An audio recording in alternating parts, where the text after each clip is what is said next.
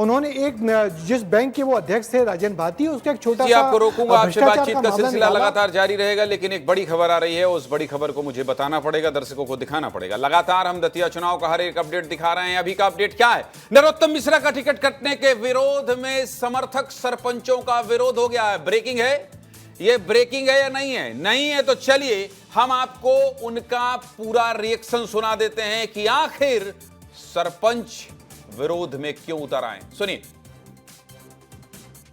मैं बलराम शर्मा, बहादुरपुर सरपंच, अपने पद से सरपंच पद से इस्तीफा देता हूं और प्रदेश मध्य प्रदेश संगठन का खुलकर विरोध करता हूं। दतिया को जैसे तैसे माई कृपा से एक विकास पुरुष मिला था, आज संगठन ने टिकट दे दिया, ऐसे व्यक्ति को टिकट दे दिया जिसके मैं भूपेंद्र यादव, जिला सरपंच संघ का जिलाध्यक्ष हूँ। मैं सभी सरपंच साथियों का कहना है कि हमारे माननीय डॉक्टर नरोत्तम मिश्रा जी को टिकट नहीं दिया है। हम सामूहिक 131 पंचायत हैं पूरे दतिया जिला में, पूरे सरपंच सामूहिक इस्तीफा देंगे और आप माननीय जी को अगर टिकट वापस नहीं हुआ तो और खुल के विरोध करेंगे। प्रकाश जी, इसको कैसे समझा जाना चाहिए? देखिए, एक तरफ वो कह रहे हैं कि हम पूरी ताकत से चुनाव लड़ेंगे, नरोत्तम मिश्रा के घर में जो समर्थक खड़े हैं वो बोल रहे हैं कि पूरी ताकत से चुनाव लड़ेंगे, लेकिन उसके बाद से नरोत्तम मिश्रा घर में नहीं है और अब इस्तीफे पे इस्तीफे हो रहे हैं और ये कह रहे हैं कि नहीं भैया, वो जो पैरासूट वाला कैंडिडेट है उसको तो नहीं माना जाएगा। इन पूरे समर्थकों को मनाने में भी नरोत्तम मिश्रा मान भी गए। मान लीजिए नरोत्तम मिश्रा भी नाराज हैं, ये भी हम नहीं कह सकते क्योंकि उनकी कोई प्रतिक्रिया तो आई नहीं है, समर्थकों की प्रतिक्रिया है। तो ऐसे में ये जो माहौल है, इस माहौल को अपने पक्ष में करने में बीजेपी को मेहनत तो करनी पड़ेगी। प्रकाश जी,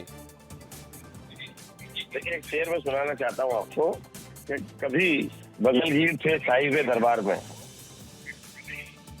कभी बगलगीर थे साहिबे दरबार में, आज खिलौना बन गए हैं सियासत के बाजार में।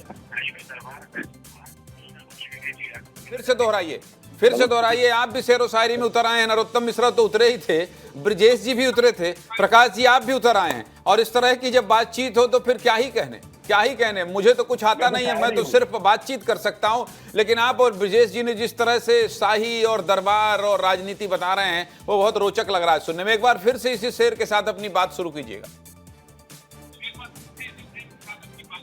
कभी बगलगीर थे साहिबे दरबार में, कभी बगलगीर थे साहिबे दरबार में, अब खिलौना बन गए हैं सियासत के बाजार में।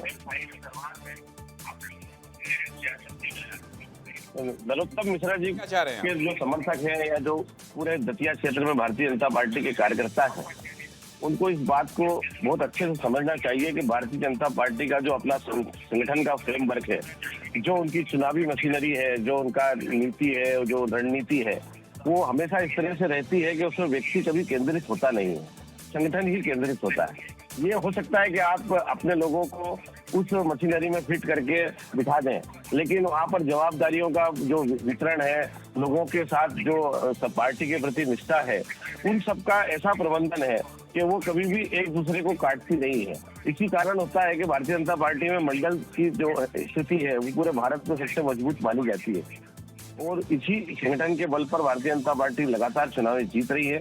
और सारा अध्ययन करने के बाद, नरोत्तम मिश्रा जी की जीत और हार का आकलन करने के बाद, इसके राजनीतिक प्रभाव का अध्ययन करने के बाद भारतीय जनता पार्टी ने निर्णय लिया है। आशुतोष तिवारी जी संगठन के व्यक्ति हैं, विद्यार्थी परिषद से लेके वो भारतीय जनता पार्टी में संगठन मंत्री के रूप में काम कर चुके हैं, बुंदेलखंड जैसे क्षेत्र में काम कर चुके हैं जो बड़े बाहुबलियों का दबदबे वाला क्षेत्र है, इसलिए वो चप्पे चप्पे की राजनीति को जानते हैं और धीरे धीरे आप देखेंगे कि वो दतिया पर अपनी पकड़ मजबूत बनाते जाएंगे और परिणाम इसका जो भी रहे। क्यों कटा टिकट, ये तो देखिए संगठन के लोग, बीजेपी के राष्ट्रीय नेतृत्व के लोग बताएंगे क्यों कटा टिकट।